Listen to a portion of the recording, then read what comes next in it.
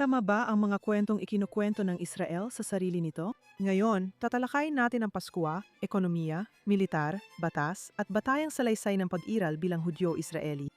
Ako si Ilana Mazel Diamant, Executive Director ng Israel Law and Liberty Forum, at ito ang Basic Law. Bawat relihiyon, bawat bansa, bawat nasyon ay may sarili nitong mga kwento na humuhubog dito. Dahil paparating na ang Paskwa ngayong linggo, pumapasok ang mga Hudyo sa panahon ng mga kwentong humuhubog kung sino tayo at ang relasyon natin sa Diyos.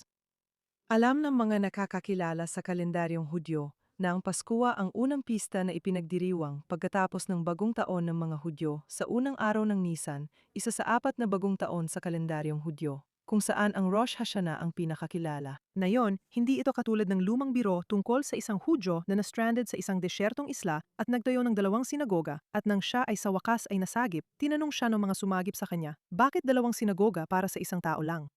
Tinignan niya sila na hindi makapaniwala at sinabi, "Yan ang sinagoga na pinupuntahan ko. Iyan ang sinagoga na di ko pinupuntahan." Ang 4 na bagong taon ng mga Hudyo ay hindi usapin ng personal na hilig. Hindi mo pwedeng piliin kung alin ang susundin. May kanya-kanyang kahulugan ang bawat isa. Ang Rosh Hashanah ay simula ng taon para sa paghuhukom. Ang unang El-Elul ay para sa ikapu ng mga alagang hayop. Ang Tu B'Shvat ay bagong taon ng mga puno. Ang una ng Nisan, na siyang buwan kung kailan nagaganap ang Paskwa, ay ang panahon kung kailan natin binibilang ang paghahari ng mga hari at ang ating mga pista. Kaya ang Paskwa, sa pinakatiyak na relihiyosong kahulugan, ay ang unang pista ng taon ng mga Hudyo. Ipinagdiriwang ng pistan ito ang pag-alis sa Ehipto at minamarkahan ang sandaling naging bansang Israelita ang mga Hebreo. Shagat-Shirut ang tawag ng mga Hudyo dito, pista ng kalayaan. Sa Paskwa, inuutusan tayong damhin ang paglalakbay tungo sa kalayaan, maramdaman ang kalupitan ng mga nagpaalipin, masaksihan ang 10 salot sa ating harapan, at yakapin ang kadakilaan ng himala ng pagtubos. Sa panahong maraming Israeli ang naniniwalang bahagi sila ng mahalagang yugto ng kasaysayan, mas mabigat ang utos na iyon. Ang pag-institusyon ng alaala bilang mahalagang bahagi ng pambansang pag-iral ay isang bagay na natatangi sa sibilisasyong Hudyo. Binigyan ni Moises ng tagubilin ang mga Israelita kung paano ikukwento sa kanilang mga anak ang kwento ng pagtubos bago sila umalis ng Ehipto. Ang pagkakakilanlan ay isang bagay na binubuo at muling binubuo taon-taon sa hapag kasama ang susunod na henerasyon habang inaalala ang mga nauna. Ang tema ng alaala bilang mahalaga sa mabuting pamumuhay ay makikita sa buong kalendaryong Hudyo. Sa mga nagdiriwang ng Shabbat, doble at sadyang utos ito. Sa Exodo, Zaho, alalahanin ng Sabbath, alalahanin ng Tipan, kilalanin mo kung sino ka. At sa Deuteronomio, Shamo, ingatan ito, isagawa ito, at isabuhay ito. Ang Shabbat ay hindi basta pahinga lamang. Ito ay lingguhang patotoo tungkol sa paglikha, tungkol sa tipan, tungkol sa kung sino ang mga Hudyo at kung para saan sila. Pagkalipas ng 7 linggo mula Paskwa, dumarating ang Shavuot, pista ng anihan at anibersaryo ng pagbibigay ng Torah sa Sinai. Kung ang Paskwa ay simbolo ng pagsilang ng bansa bilang natatangi at malaya, ang Shavuot naman ang saligang batas, ang mga prinsipyo na nagpapanatili sa katayuang iyon. Sa pagitan ng 2 mahalagang okasyon ng tagsibol ng mga Hudyo, inilagay ng Israel ang sunod-sunod na pagdiriwang na pinagkakasya ang buong karanasan ng mga Hudyo noong ika-20 siglo sa loob ng 1 buwan. Yom HaShoah, ang dalamhati ng pagkawasak. Yom HaZikaron, ang araw ng paggunita, ang dalamhati ng sakripisyo. At Yom Ha'atzmaut, ang araw ng kalayaan natin, ang pagdiriwang na sa kabila ng lahat ng luhikan na inaasahan, narito tayo. Ngayon, ito marahil ang pinakapambihirang pagkakasunod-sunod ng anumang pambansang kalendaryo sa mundo. Nasa batas natin ito. Ngayon, ang modernong Israel ay nakabatay rin sa isang kwento. Mahalagang bahagi ng muling pagbubuo ng pambansang buhay ng mga Hudyo, ang mga kwento, nobela, at tula bago pa umiral ang estado.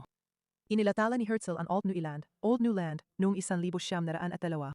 Isang utopian nobela ito tungkol sa pagbabago sa Palestina tungo sa isang pantay-pantay at technological na kamanghamanghang lipunan na may ilan ng naisakatuparan. At mula rito, nagmula ang isa sa mga pinakakilalang moto ng mga Zionista, Impirtsu at Sugada. Kung gusto mo, hindi ito panaginip. Si Zev Jabotinsky, lider ng mga revisionistang Zionista at kilalang mamamahayag, makata, mananalumpati at nobelista, ang nagsalin ng tula ni Nachman Bialik sa lungsod ng pagpuksa matapos ang Kishinev pogrom. Kinilala ni Jabotinsky ito bilang nagluwal sa mga kilusang pagtatanggol sa sarili ng mga Hudyo bago nabuo ang Estado. Ngayon, ito ay dalawa lamang sa mga halimbawa kung saan ang kwento ng kung sino tayo at kung ano ang kahihinatnan natin ay nauna sa realidad. Hindi lang kwento sa Biblia ang nagpapanatili at nagpanumbalik sa ating soberanya bilang bansa. Nagbigay tayo ng mas lalim sa ating alamat. Sama-sama, sila ang susi sa ating kinabukasan. At dito na papasok ang aking pangunahing punto. Sa ilang aspeto ng buhay sa Israel, para nagkahiwalay na ang kwento at gawain.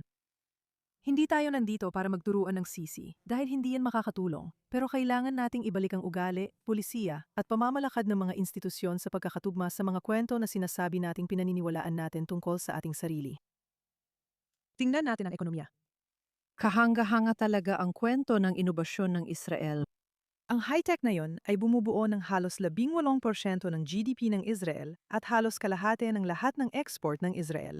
Waze, ICQ, Checkpoint, Mobileye, Iron Dome, AI, mas maraming kumpanyang nakalista sa Nasdaq kaysa sa alinmang bansa maliban sa Estados Unidos, Canada, at Sina. Mga 11% ng lakas paggawa ang bumubuo ng 25% ng lahat ng buwis sa kita. Ngayon, ito ay isang tunay na himala at nararapat lang dito ang lahat ng papuring natatanggap nito. Pero ang kwento ng Startup Nation ay para lang sa halos 10% ng Israeli workers. Iba ang kalagayan ng iba. Ang Israel ay tinutukoy bilang dalawahang ekonomiya, kung saan may sektor ng pag-export na kayang makipagsabayan sa mundo, kasabay ng malalawak na bahaging mababa ang produktibidad. Ang sobrang regulasyon at pagkaantala dahil sa burokrasya ay nagdudulot ng matinding paghina sa iba pang bahagi ng ekonomiya. Ang kwento ng isang estado na itinatag sa pagiging malikhain at sariling sikap ay hindi tugma sa mga protektadong monopolyo, mga hadlang sa regulasyon, at isang sektor ng konstruksyon na paulit-ulit na nadudulot ng krisis sa pabahay taon-taon. Alam na natin ang kwento. Alam natin ang ating kahangahangang kakayahan. Ang hamon ay ituon ang mga ito para maitugma ang ating realidad sa pagtingin natin sa ating sarili na labis nating pinahahalagahan. Susunod, ang konsepto ng seguridad. Hakonsepsiya. Ang salitang ito ay nangangahulugan ng isang bagay na nasa pagitan ng doktrina, pananaw sa mundo, at komportableng ilusyon. Sa slogan na isang maliit at matalinong hukbo, binawasan ng Israel ang puwersang panlupa, binawasan ang mga reserbang bala, at mas umasa sa teknolohiya at intelihensya kaysa sa pagpapanatili ng malalakas at mahusay na sanay na sundalo. Sinabi ng Israel na hindi na ito bansang nasa labanan, kundi isang teknolohikal na lipunan sa Mediterranean na nalampasan na ang mga lumang tanong sa pag-iral. Nakatuon pa rin ang militar na intelihensya sa doktrinang deter ng Hamas hanggang 6:30 ng umaga noong Oktubre 7. Ilang taon na muling sinusulat ang kwentong yon at hindi pa rin natatapos. Pero ang labanan tungkol sa Commission of Inquiry na napag-usapan na natin dati rito ay literal na tungkol sa karapatan sa kwento. Aling bersyon ang tatatak sa pambansang alaala, alin ang tahimik na ililibing, at kung ano ang magiging Israel bilang resulta. Hindi natin maaring takasan ng responsibilidad ng paglihan ng kwentong iyon sa makabuluhan at tapat na paraan.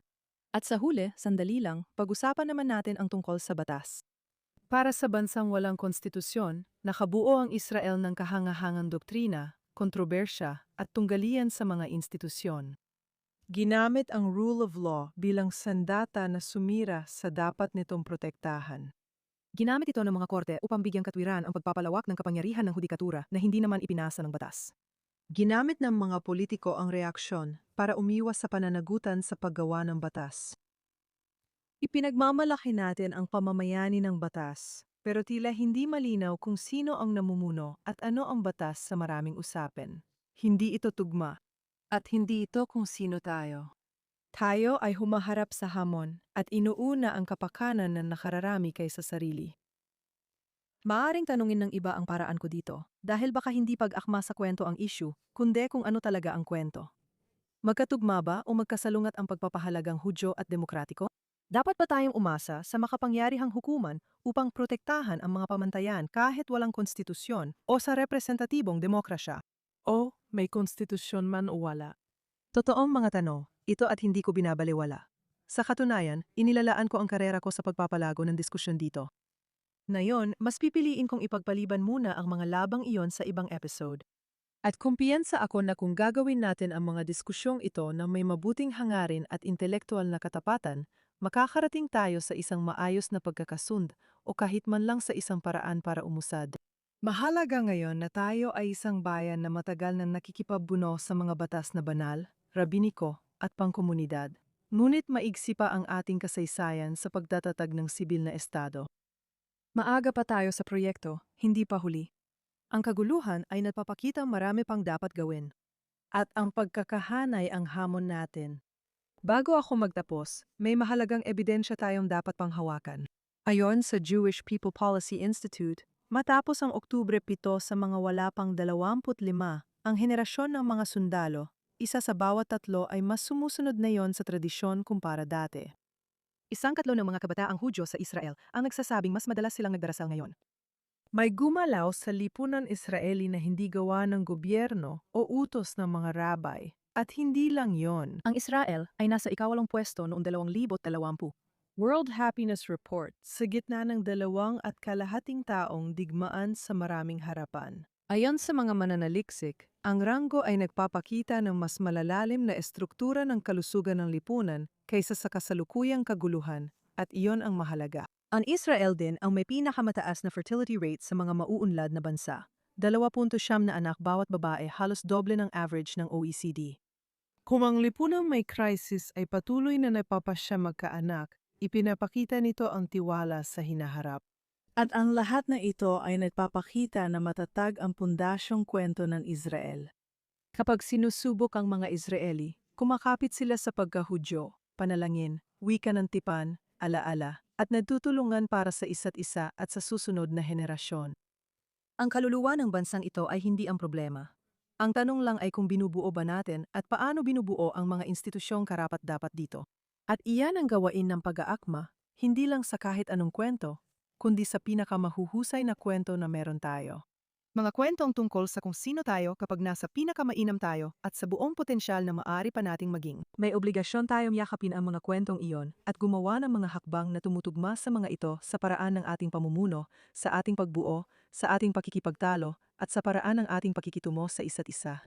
At lalo na ngayon, sa panahong ito sa parehong kalendaryo ng mga Hudyo at Israeli, sa lahat ng paggunita at pagdiriwang na naghihintay sa atin ngayong buwan, maari nating alalahanin iyon at tandaan na seryosohin ito. Ang hamon kung paano palagiin ang parehong mga tao at mga ideya na kailangan upang itulak ang bansang ito patungo sa seguridad, kasaganaan, at pagkakaisa ay isang pangunahing hamon para sa Israel, Law and Liberty Forum at sa Heirut Center kung saan tayo naroroon. Sa mas malawak na pananaw, ito ang hamon para sa ating henerasyon na ang gawain sa pagpapatayo ng bansang ito ay hindi magiging mas mababa ang halaga kaysa sa mga misyon na kanilang isinagawa habang nakauniporme. At kaugnay niyan, nais kong ipahayag ang labis na pasasalamat sa mga reserbistang paulit-ulit na tumugon sa tawag sa nakalipas na 2.5 taon. Sila ang pinakaramdam ang bigat ng digmaan sa personal na paraan. Sa aming sariling grupo ng mga estudyante ng batas at mga batang abogado, tumigil na kami sa pagbibilang. Pinagsama-samang serbisyo sa reserba, matapos umabot ng 50,000 araw mula noong Oktubre 7, kung saan ang bawat isa ay naglilingkod mula 150 hanggang mahigit 800 araw. Paulit-ulit nilang isinantabi ang kanilang mga karera, pag-aaral at pamilya dahil hinihiling ito ng kwento ng ating bayan sa kanila. Pinaalala sa atin ng Paskuhan na makita ang ating sarili bilang bahagi ng isang nagpapatuloy na kwento, na gawing buhay ito sa ating panahon at ipasa ito sa mga susunod sa atin. At ngayong Paskwa, lalo na ngayong taon ng halalan, magandang pagkakataon ito upang simulan nating punan ang mga puwang sa sibikong buhay ng ating estado. Kung gugustuhin natin, posible ito. Isang huling mensahe para sa mga naghahanap ng mabubuting adikaing masuportahan ngayong panahon bukod sa Heirut Center at JNS. Dalawa sa mga paborito ko ay ang Ashomorat Shadash, na tumutulong sa mga magsasaka at komunidad sa frontline ng Israel, at kasalukuyan nagkakampanya para pundohan ang pagpapatayo ng mga silungan sa mahahalagang lupang sakahan. Mayroon ding Magenda Vida Dom, mga serbisyong pang-emerhensya, kung saan naging mahalaga ang mga voluntaryo sa buong digmaan. Nasa description ng palabas ang mga link. At sa huli, para sa mga nadiriwang, Chag Pesach Kasher sa merch at Chag Cherut sa merch.